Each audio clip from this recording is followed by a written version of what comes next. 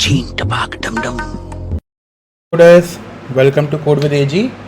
आई hope आपको मेरी LeetCode daily question series से फ़ायदा हो रहा होगा, जिससे आपको नई नई ट्रिक्स पता चल रही होंगी कि आप किसी क्वेश्चन को कैसे सॉल्व कर सकते हो और नए नए लॉजिक से आप क्वेश्चन को सॉल्व कर सकते हो।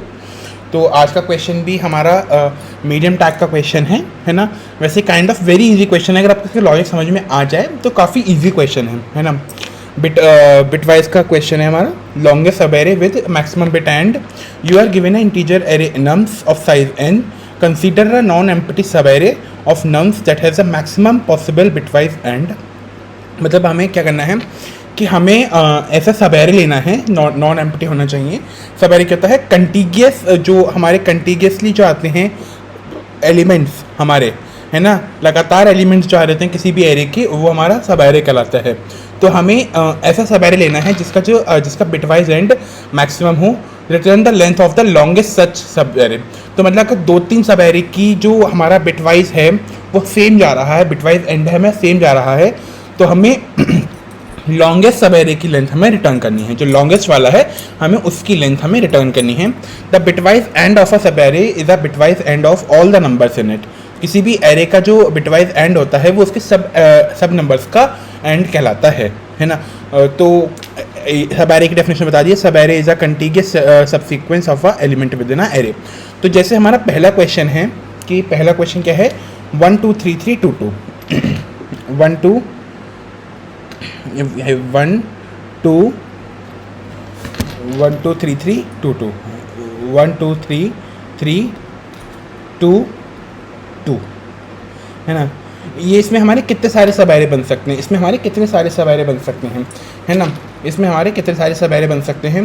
तो अगर हमारा ऐसे बन सकता है 1 2, है ना, 1 2 3 1 2 3 4 1 2 3 1 2 3 1 2 3 3 2, सब हमारे सब एरे ही हैं, है ना। लेकिन जब हम सबका अगर हम बिटवाइज एंड निकालेंगे, जब हम सबका बिटवाइज एंड निकालेंगे तो हमारा ये जो सब एरे बनेगा, ये जो सब एरे बनेगा, इसका हमारा बिटवाइज होगा 3, जो हमारा हाईएस्ट होगा, जो हमारा हाईएस्ट बिटवाइज है, बिटवाइज एंड है।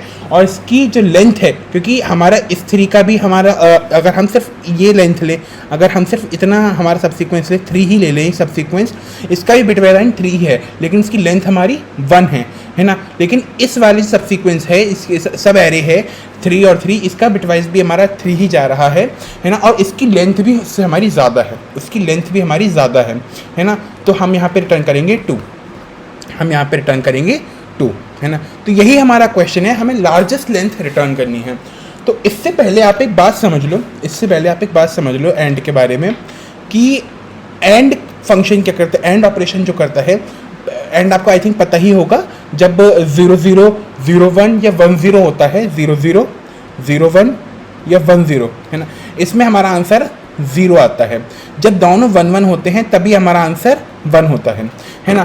तो अगर दो नंबर्स हैं, दो डिफरेंट नंबर हैं, ए और बी हैं, इनका अगर हम एंड कर रहे हैं और ए हमारा लेस देन बी है, लेट्स सपोज ए हमारा लेस देन बी है, तो जो हमारा आंसर होगा, जो भी हमारा आंसर होगा, वो हमारा लेस देन या इक्वल्स टू ए ही होगा। वो स्मॉलर से छोटा या इसके बराबर ही होता है, उससे बड़ा नहीं हो सकता, उससे बड़ा हो ही नहीं सकता, है ना। तो किसी भी दो डिस्टेंस का हमारा आंसर उससे बड़ा नहीं हो सकता। इसका मतलब हमारा जो जितना भी, है ना, अब इस क्वेश्चन, इसका जो मैंने आपको चीज़ बताई, है ना, इसका अगर आप मतलब देखो तो इसका मतलब ये है कि सपोज अगर हम एक लार्जेस्ट का, किसी भी लार्जेस्ट एलिमेंट का, है ना, किसी भी एलिमेंट का किसी और एलिमेंट से हम बिटवाइज और करेंगे तो हमें इससे और भी छोटा एंड मिलेगा, जैसे लेट्स सपोज हमारे 1 और 2 है हमारे पास, है ना।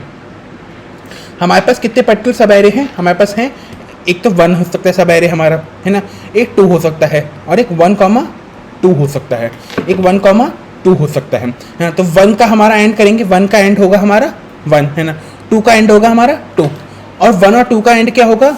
0 1 1 0। इसका एंड करेंगे तो आएगा 0 0, ये आएगा 0, है ना। तो हाईएस्ट हमारा क्या बैठा बिटवाइज एंड? 2, है ना। इसकी लेंथ क्या है हमारी? ये, इसकी लेंथ क्या है? ये, है ना। अगर ऐसे ही, अगर हमारा ऐसे हो, ये ऐसे हो 1 2 2 1 2 2, है ना। तो इसमें हमारा पहले क्या क्या बेटा, पहले 1 2 2 है ना। एक तो हमारे ये बैठे 1 2 2, एक तो ये सब एरे बैठे है ना। फिर आएगा 1 2 है ना, 2 2 है ना, और फिर आएगा 1 2 और 2, ये सब बैठे हमारे, ये सब बैठे है ना। तो अगर हम 1 का निकालेंगे, 1 का 1 ही होगा, 2 का 2 होगा, 2 का 2 होगा है ना। 1 2 का 0 है, 2 2 का क्या है हमारा 2 है, 1 2 2 का हमारा 0 है। तो हाईएस्ट हमारा बिटवाइज एंड क्या है 2, हाईएस्ट हमारा बिटवाइज एंड है 2, और 2 बिटवाइज एंड की सबसे लॉन्गेस्ट लेंथ कौन सी है, वो है ये 2, 2। तो आप यहाँ पे एक चीज नोटिस कर रहे हैं, इनका जो भी आंसर आ रहा है, हमारा जो भी लेंथ का आंसर आ रहा है, उसमें पूरी लेंथ हमारी मैक्सिमम एलिमेंट बना रहा है। हमारी पूरी लेंथ हमारी मैक्सिमम एलिमेंट की बन रही है ना। मैक्सिमम एलिमेंट इस पूरे एरे में क्या है हमारा 2 है ना। तो जो भी हमारा जितनी लंबी लेंथ हमारी है ना कंटिगियस मैक्सिमम एलिमेंट की होगी, वो ही हमारा एंड होगा है ना। बाकी अगर हम मैक्सिमम एलिमेंट का और किसी एलिमेंट डिस्टेंट एलिमेंट से हम दूसरे से करेंगे, वो हमारा पहली बार तो हमारा मैक्सिमम एलिमेंट है, तो अगला एलिमेंट हमारा स्मॉलर ही होगा, तो हमारा आंसर उस स्मॉलर एलिमेंट से भी छोटा आएगा। लेट सपोज ये हमारा अगर मैक्सिमम एलिमेंट है, ये अगर हमारा मैक्सिमम एलिमेंट है, तो अगर हम इसका 1 से भी करेंगे, अगर हम 1 से भी करेंगे, तो हमारा आंसर क्या आएगा, हमारा आंसर इससे भी छोटा आएगा। 1 2 का हमारा 0 है ना। तो वैसे ही एक बार हम चेक कर लेते हैं किसी छोटे क्वेश्चन पे। वैसे 1 2 3 4 है ना, इस पे नहीं चेक कर रहे हैं, हम चेक कर रहे हैं इस पे 1 2 3 3 2 2 है ना। मैं आपको दिखाऊं कि मेरा जो क्वेश्चन है ये कैसे प्रूव कर रहा है। हमारा एंड हमेशा छोटा ही होता है, तो हमें बेसिकली अपने सारे लार्जेस्ट नंबर ही रखने हैं, ताकि हमारा लार्जेस्ट नंबर का ही हमारा एंड निकले। तो ये था हमारा 1 2 3 3 2 2 2 है ना। इसका आंसर अब अगर हम सिंगल का लेंगे, अगर हम पहले हमें सिंगल कर लेता हूँ कि सिंगल एलिमेंट है हमारे सब एरे में है ना। तो पहले हमारा सिर्फ 1 आया, 1 का 1 ही होगा, 2 का 2 होगा, 3 का 3 ही होगा, उस 3 का भी 3 ही होगा है ना। फिर 2 का 2 ही होगा और 2 का 2 ही होगा। ये सब हमारे किसके होगा, ये सब होगा हमारे 1 लेंथ के है ना। अब हम 2 लेंथ के करेंगे। 1 2 का हमारा क्या होगा, 1 2 का 0, 1 2 का 0, 2 3 का कितना हो गया 0 1, सॉरी 2 कितना होता है 1 0 और 3 होता है 1 1 है ना। इसका आंसर होगा 1 0 है ना। ये हो गया 2 है ना। 3 3 का क्या होगा 3 है ना। 2 3 का भी हमारा 2 ही होगा, और 2 2 का 2 है ना। ये हमारे किसके हो गए, ये हमारे हो गए 2 वाले के। अब हम 3 का देखेंगे, है ना। तो 1 2 3 का हमारा होगा 1 2 3 का 0 है ना।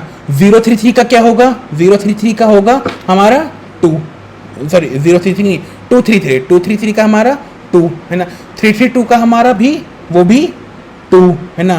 3 2 2 का हमारा क्या होगा, 3 2 2 का भी हमारा 2 ही होगा, 3 2 2 का भी हमारा 2 ही होगा है ना। ये हमारे 3 वाले का हो गया। ऐसे ही हम 4 का निकालेंगे, 5 का निकालेंगे, तो हमारा जितना भी हमारा हाईएस्ट आएगा उसमें हमारा हाईएस्ट हमारा 3 ही रहेगा। बिटवाइज एंड हमारा 3 ही रहेगा। बिटवाइज एंड हमारा जो मैक्सिमम रहेगा, मैक्सिमम बिटवाइज एंड, वो अभी तक हमें 3 ही मिलेगा,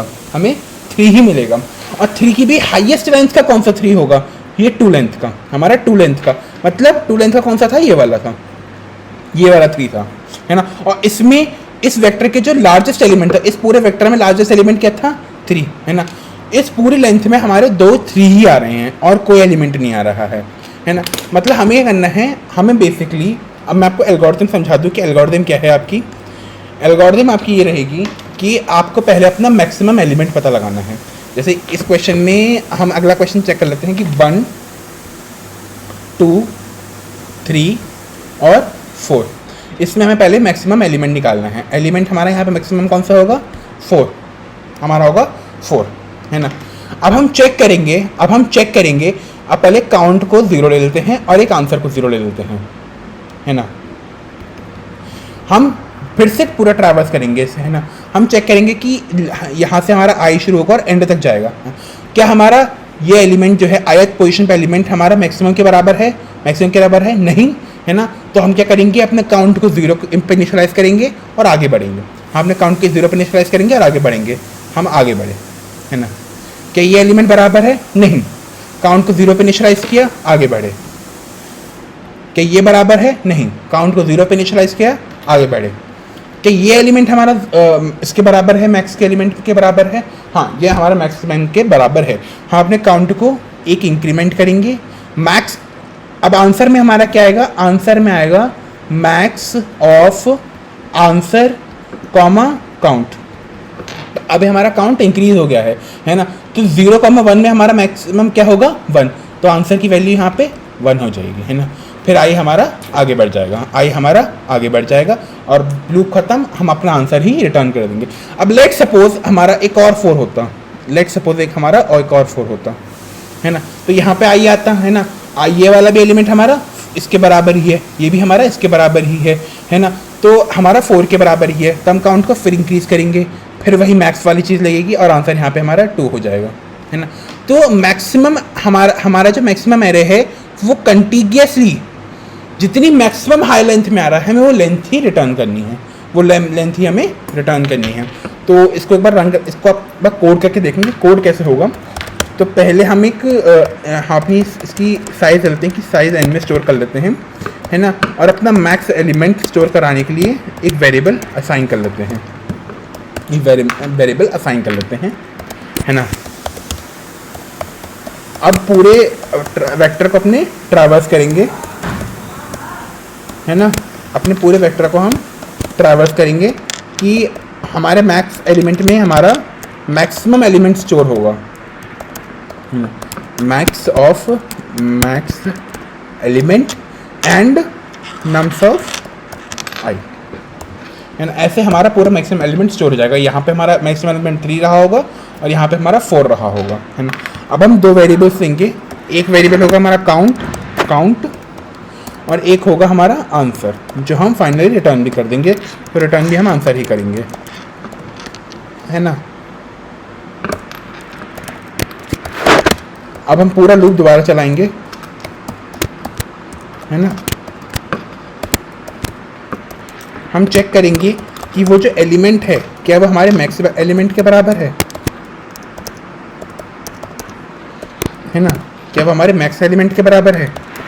अगर है तो अपने काउंट को इंक्रीज करेंगे और आंसर में हम इसी पोजीशन पे हम आंसर में मैक्सिमम स्टोर करेंगे आंसर और काउंट का और अगर ऐसा नहीं है तो काउंट को हम 0 पे इनिशियलाइज कर देंगे।